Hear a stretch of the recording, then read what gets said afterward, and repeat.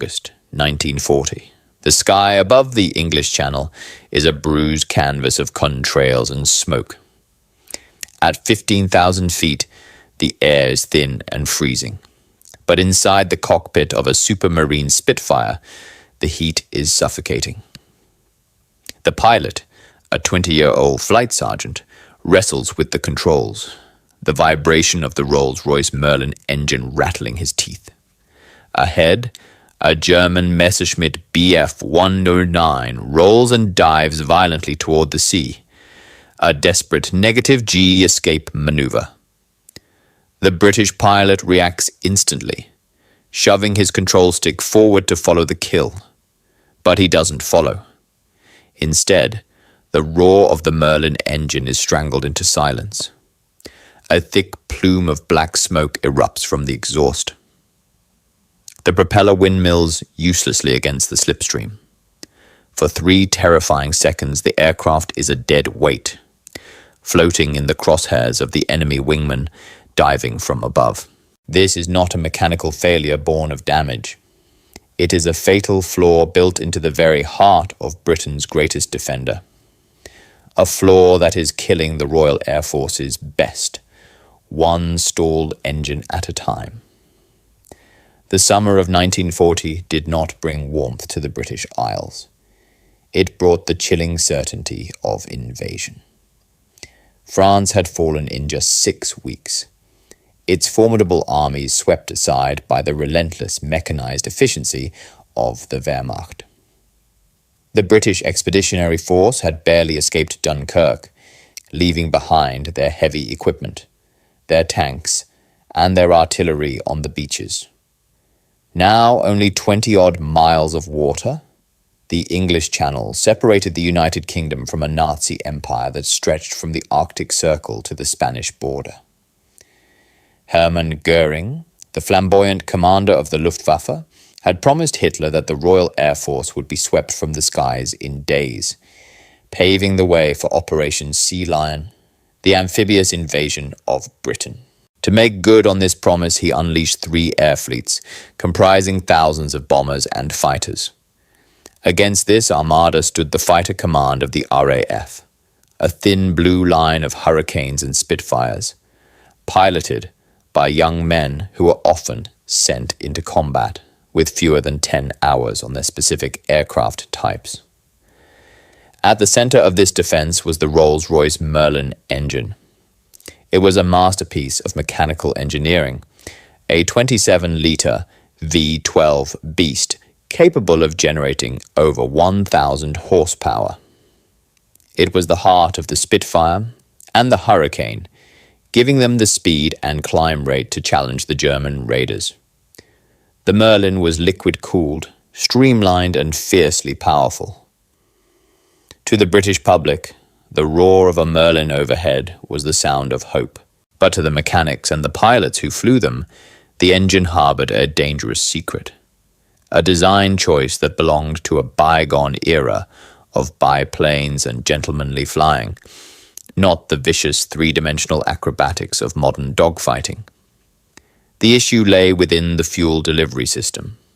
The Merlin engine relied on an SU carburetor, a device that used a float chamber to regulate the flow of fuel into the supercharger. It worked on a principle similar to a toilet cistern. A float sat on top of the fuel. As the level dropped, the float dropped, opening a valve to let more fuel in. As the level rose, the float rose, closing the valve. In steady, level flight, or during smooth turns, this system was flawless. It was simple, easy to manufacture, and easy to maintain. However, aerial combat is rarely steady or level. In 1940, the skies over Kent and Sussex were an arena of violent physics. Pilots were subjected to crushing G-forces. When a pilot pulled back on the stick to climb or turn tight, positive G forced him down into his seat, and gravity worked with the float mechanism, keeping the fuel where it needed to be. But the moment a pilot pushed the stick forward to enter a steep dive, the laws of physics reversed. This maneuver induced negative G. The pilot would feel weightless, lifting out of his seat against the harness. Inside the dark, hot casing of the carburetor, the fuel did the same. It floated up, away from the jets that fed the engine. Simultaneously, the float itself would be forced upwards by the negative gravity, jamming the needle valve shut. Or worse, the fuel would surge uncontrollably, flooding the supercharger with an incredibly rich mixture. The result was immediate and catastrophic. The engine would rich cut. It would splutter, choke on the excess fuel, and die. For the pilot, the sudden silence was accompanied by a violent lurch as the unpowered propeller acted as an air brake. In the midst of a life-or-death chase, the Spitfire would transform from a predator into a glider. This was not a secret. The German pilots of the Luftwaffe, flying the Messerschmitt Bf 109, were well aware of the British handicap. Their aircraft were equipped with Daimler-Benz engines that utilized direct fuel injection, a system that sprayed fuel directly into the cylinders under high pressure. It didn't rely on gravity or floats. A German pilot could push his nose down into a vertical dive without a stutter, the engine screaming at full power all the way down. By July 1940, this technical discrepancy had evolved from a mechanical nuance into a tactical crisis. The Luftwaffe began to dictate the terms of engagement. If a dogfight turned against a German pilot, he simply had to push his stick forward and bunt into a steep dive. If the British pilot tried to follow, his engine would cut out. If he rolled over to dive inverted, a maneuver that maintained positive G, the extra seconds required to roll allowed the German to escape. The RAF was losing pilots not just to enemy fire, but to the limitations of their own machines. Morale in the mess halls began to fray. They were flying the most advanced aerodynamic airframe in the world, powered by one of the greatest engines ever built. Yet they were being defeated by a simple carburetor float that couldn't tell up from down. The fighter command needed a solution, and they needed it before the Luftwaffe bled them dry. The Battle of Britain was ultimately a war of mathematics. Air Chief Marshal Hugh Dowding, the architect of the British defence, knew that victory did not require shooting down every German bomber. It simply required the RAF to remain a force in being. As long as the RAF existed, Hitler could not invade. But the math was turning grim. In August and September, the attrition rate for pilots and machines was reaching a breaking point. The RAF was losing aircraft faster than factories could build them, and losing pilots faster than training command could replace them. In this razor-thin margin between survival and defeat, a technical handicap was not an inconvenience. It was an existential threat. The German maneuver became known as the bunt. A Messerschmitt pilot, finding a Spitfire on his tail, would violently push the control stick forward. The nose of the 109 would drop instantly, plunging the aircraft into a vertical dive. Because of their fuel injection system, the Daimler-Benz engine would continue to roar seamlessly, the negative G forces pumping fuel into the cylinders without interruption. The British pilot behind him had two choices, both bad. If he tried to bunt and follow the German immediately, the Merlin engine would suffer that catastrophic rich cut. The float in the carburetor would lift, the needle valve would open wide, and fuel would flood the supercharger. The engine would choke, flaring with black smoke, and power would vanish. By the time the engine cleared and restarted, if it restarted, the German was thousands of feet away, or worse, loop-backing to attack the now slowed Spitfire. The alternative was to perform a half roll.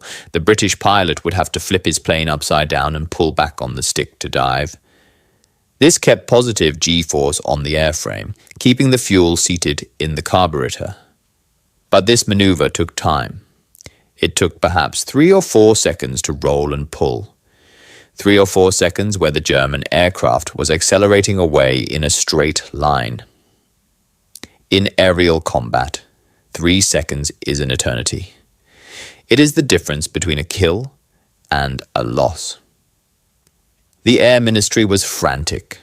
They demanded a solution. But engineering realities are stubborn.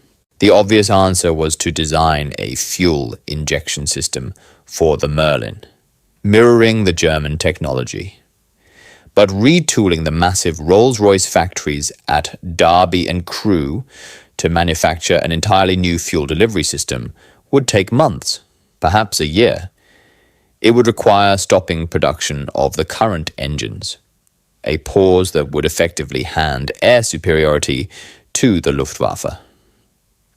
They didn't need a perfect solution for 1941, they need a good enough solution for this afternoon. The problem landed on the desks of the Royal Aircraft Establishment at Farnborough. This was the brain trust of British aviation, a sprawling complex of hangars, wind tunnels, and workshops where the government employed the most brilliant, eccentric, and obsessive minds in the country. It was a place where theoretical physics met grease-stained mechanics. The engineers at the RAE were used to solving impossible problems, but usually they had the luxury of time. Now the timeline was measured in hours. The solution had to be retrofittable. It had to be simple enough for an overworked mechanic to install on a muddy airfield in the dark. And it had to be made of materials that were already available. It was into this high-pressure, male-dominated pressure cooker that the problem was handed to a specialist in the carburation department. They needed a genius who understood fluid dynamics, combustion engines, and the visceral reality of speed. They found one. But she wasn't what the Air Ministry expected. In 1940, the engineering halls of the Royal Aircraft Establishment were thick with tobacco smoke, the smell of machining oil, and the deep, unquestioned assumption that war was a man's business. Women were present, certainly, as secretaries, typists, perhaps in the drafting rooms tracing lines drawn by men, but the idea of a woman leading a critical technical project for fighter command was alien. Enter Beatrice Tilly Shilling. She did not fit the mold. In fact, she seemed to have taken a hammer to the mold years ago. Born in 1909, Shilling was a force of nature.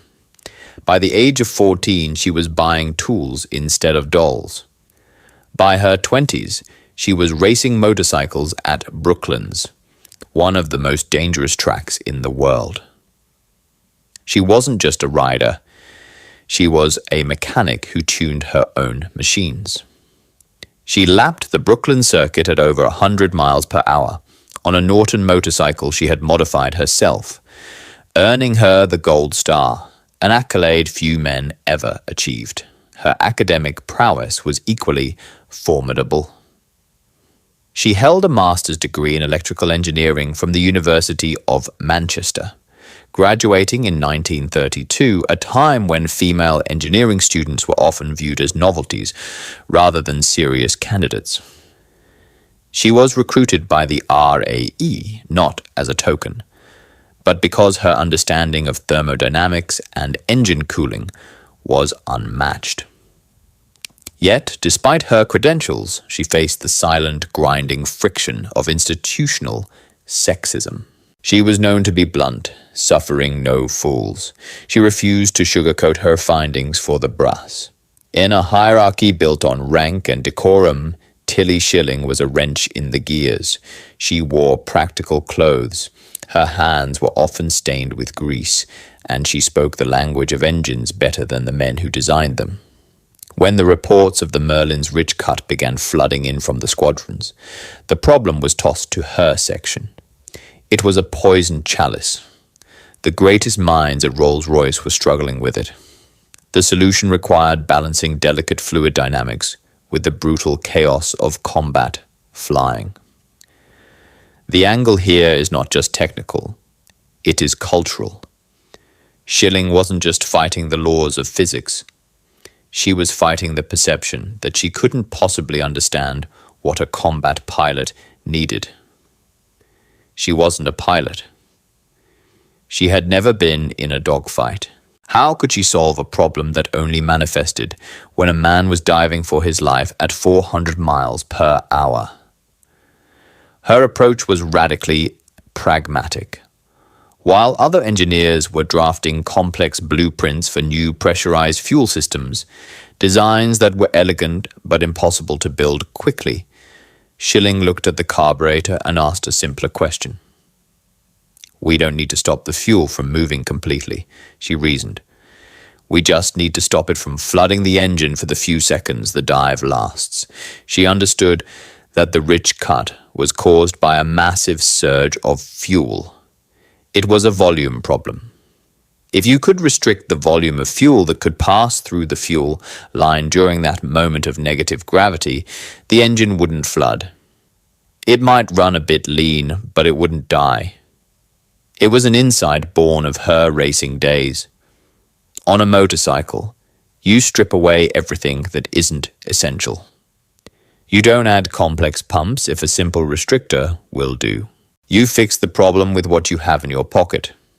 And so, while the Battle of Britain raged overhead, shaking the windows of her workshop, Tilly Shilling sat down not with a drafting board, but with a handful of brass washers and a soldering iron. The fate of the RAF's fighter squadrons was about to be decided by a piece of metal the size of a coin. The brilliance of Shilling's idea lay in its simplicity, but the execution required surgical precision. This wasn't as easy as jamming a plug into a leaking pipe. The engineering challenge presented a lethal paradox. The Merlin engine was a thirsty beast. At full throttle, climbing to intercept a bomber formation at 20,000 feet, the engine consumed fuel at a staggering rate, nearly 60 to 100 gallons per hour, depending on the boost. The fuel line had to be wide enough to accommodate this torrent of aviation spirit. If you restricted the flow too much to prevent flooding during a dive, you risked starving the engine during a climb. A starved engine is arguably worse than a flooded one. Running lean caused the internal temperature of the cylinders to skyrocket. Pistons melt. Valves warp. The engine doesn't just stop, it destroys itself. So, Tilly Shilling was walking a razor's edge. She had to find a specific aperture size, a hole exactly big enough to feed the engine at maximum power, but small enough to prevent the catastrophic surge during negative G. She was working against the clock.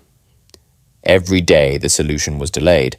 Another squadron's worth of reports came in. Engine cut during pursuit.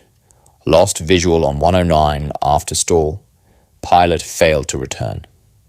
The pressure at Farnborough was palpable. The air raids were getting closer. The sirens interrupting work shifts. Most engineers would have erred on the side of caution, designing a complex valve system with moving parts to regulate the flow actively. But moving parts can jam.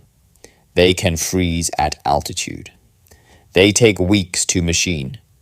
Shilling stuck to her guns. She believed the answer was static, a simple metal disc. She began calculating flow rates with obsessive detail.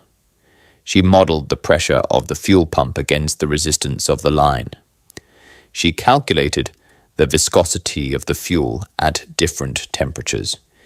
It was a mathematical tightrope walk. The skepticism from the RAF leadership was a heavy, silent weight in the room. They were expecting a technological marvel to counter the German fuel injection. Instead, this woman was proposing a brass washer. It seemed almost insulting to the complexity of the Merlin engine. How could a piece of metal that looked like spare change possibly solve the biggest tactical deficiency of the war? But Shilling didn't care about optics. She cared about results. She knew the pilots didn't need a perfect engine that would be ready in 1942. They needed a fighting chance today. She focused on the moment of vulnerability. A dive rarely lasted more than a few seconds. If she could just restrict the flow enough to keep the engine running somewhat smoothly for those few seconds, the pilot could recover. It didn't have to be pretty. It just had to work. She finalized her calculations. The math pointed to a specific calibration. It wasn't a round number.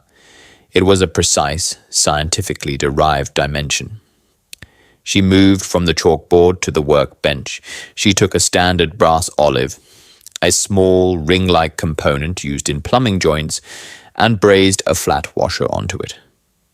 Then, with steady hands, she drilled the hole. It looked unimpressive. A small, dull ring of brass. But in Shilling's mind, this wasn't just a washer. It was a restrictor. It was a dam against the chaotic physics of aerial combat. She held it up to the light. If her math was right, this tiny aperture would allow a Spitfire to dive with a Messerschmitt. If her math was wrong, she would either blow up the engine or leave the pilot defenseless. There was only one way to find out. The theory phase was over. It was time to put the RAE restrictor into the heart of a Merlin engine and send a pilot up to try and break it. The prototype didn't stay on the workbench for long. In the fevered atmosphere of late 1940, the path from invention to field testing was measured in hours. A set of the brass restrictors was rushed to a nearby airfield where a section of Spitfires sat waiting, their engines cooling in the damp air. The installation process was almost laughably simple, a stark contrast to the sophisticated machinery it was modifying. A mechanic, wiping his hands on an oily rag, unclasped the heavy engine cowling of a Spitfire Mark I, revealing the complex tangle of pipes and wires surrounding the Merlin engine. He located the fuel line leading into the SU carburetor. With a wrench, he disconnected the union joint. There was no need for heavy machinery or specialized tooling.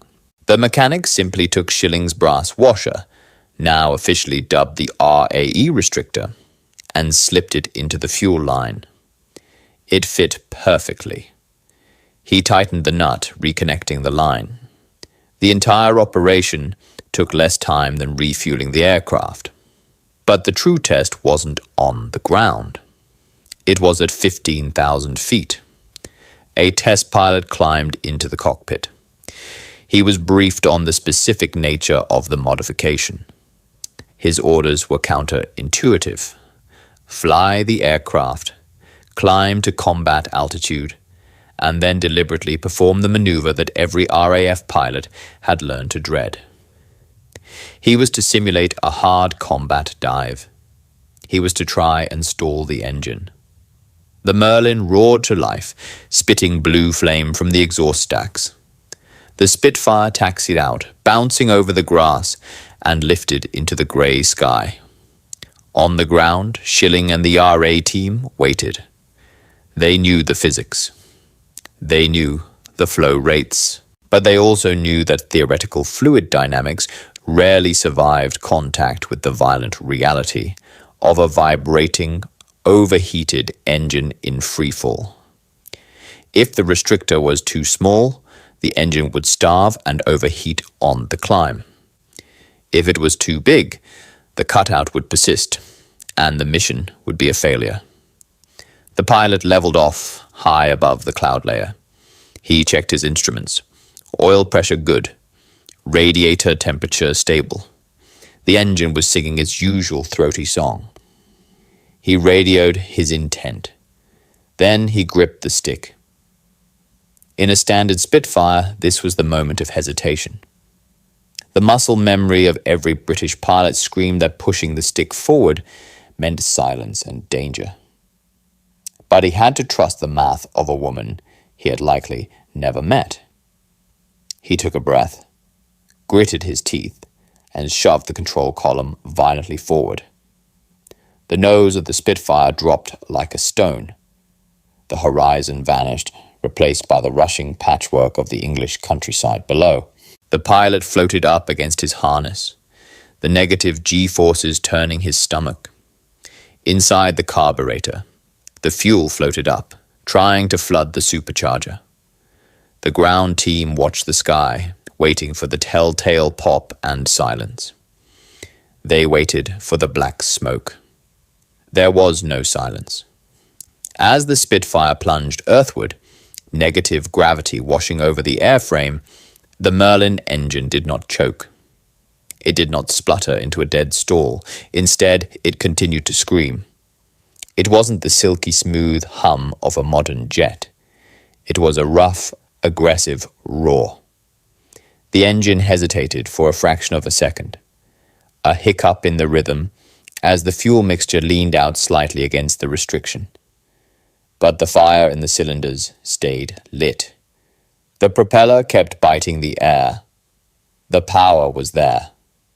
The pilot, expecting the lurch of a stall, instead felt the vibration of raw horsepower responding to his command.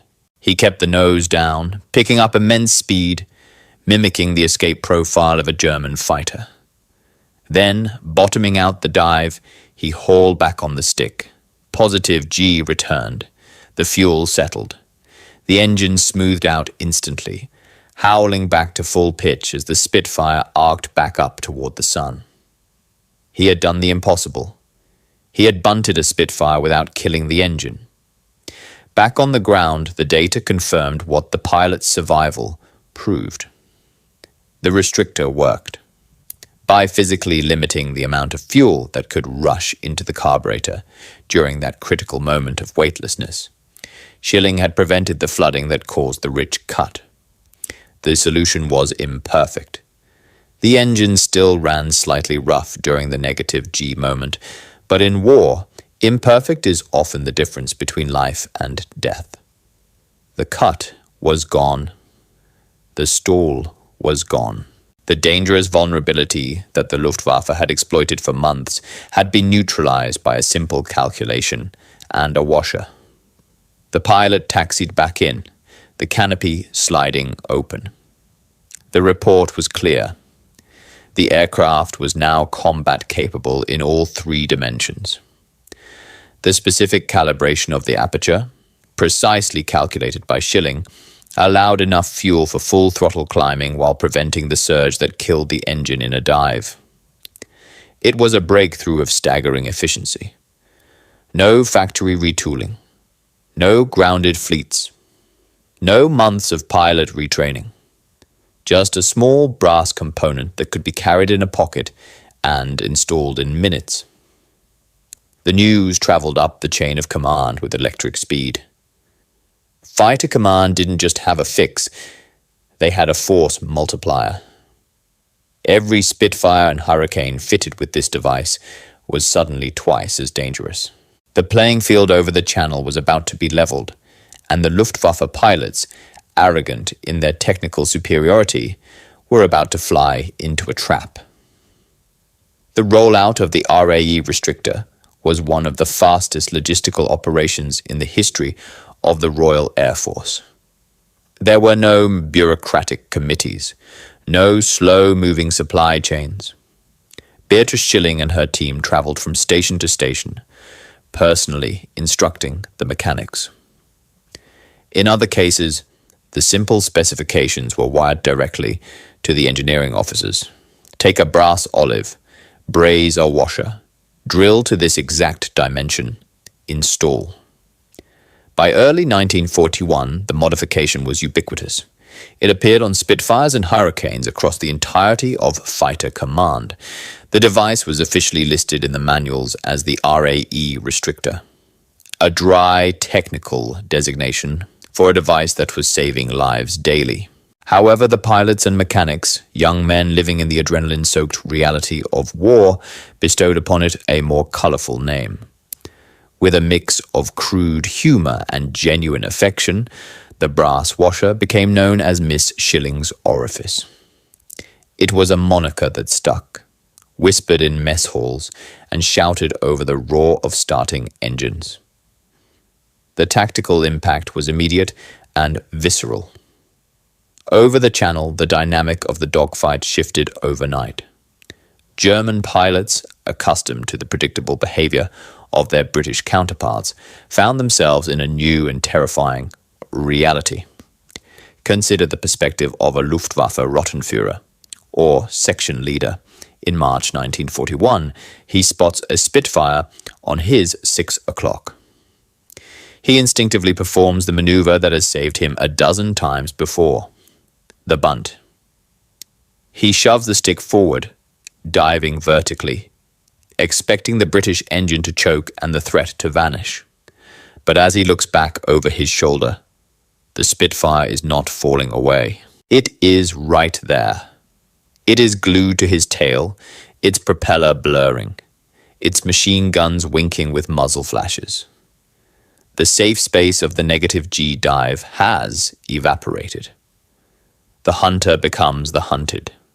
There are no precise statistics on how many German aircraft were shot down purely because a Spitfire could now follow a dive, but the psychological effect was profound. The Luftwaffe lost its primary escape route. They could no longer dictate the vertical engagement. The skies had become infinitely more claustrophobic for the invader. The RAE restrictor was, by definition, a stopgap. It was a patch, not a cure. While it neutralized the fatal stall, it did not give the Merlin engine the true negative G capability of the German fuel injection system. The engine would still run slightly rough under negative G, and prolonged inverted flight was still ill-advised. But in the desperate attrition of 1941 and 1942, good enough was a victory condition. The restrictor bought the British aviation industry the most valuable commodity in war: time. It held the line for nearly 2 years until 1943, when the new Bendix-Stromberg pressure carburetors were finally introduced. These advanced units, which replaced the old SU float designs entirely, finally gave the Spitfire true fuel injection-like performance. But the pilots who flew those later, perfected machines were often the survivors of the washer era.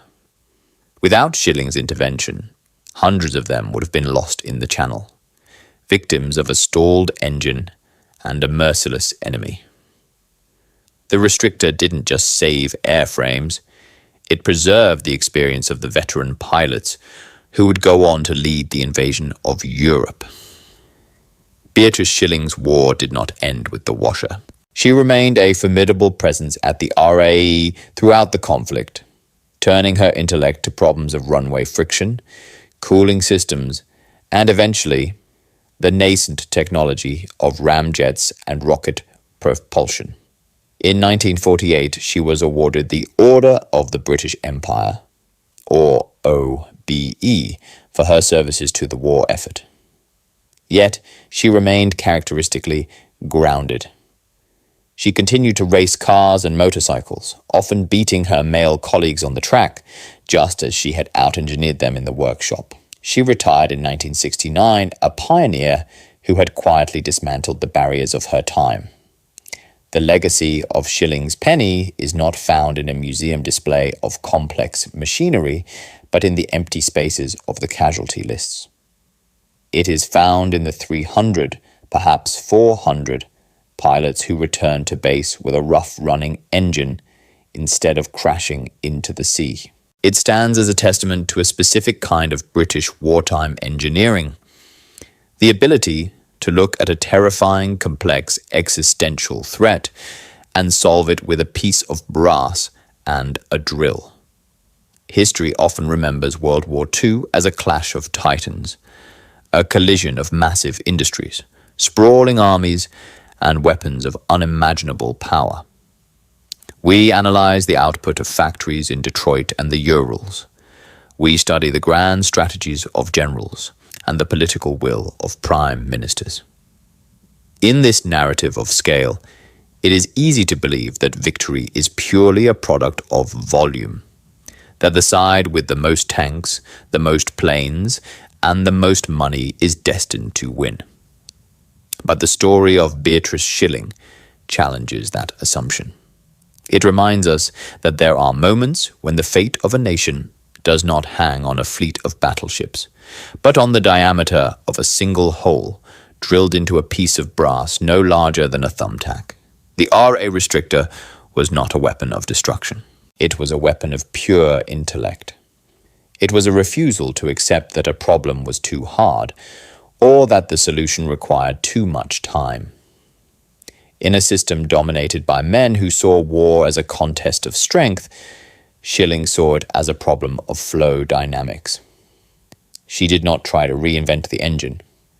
She simply understood it better than anyone else.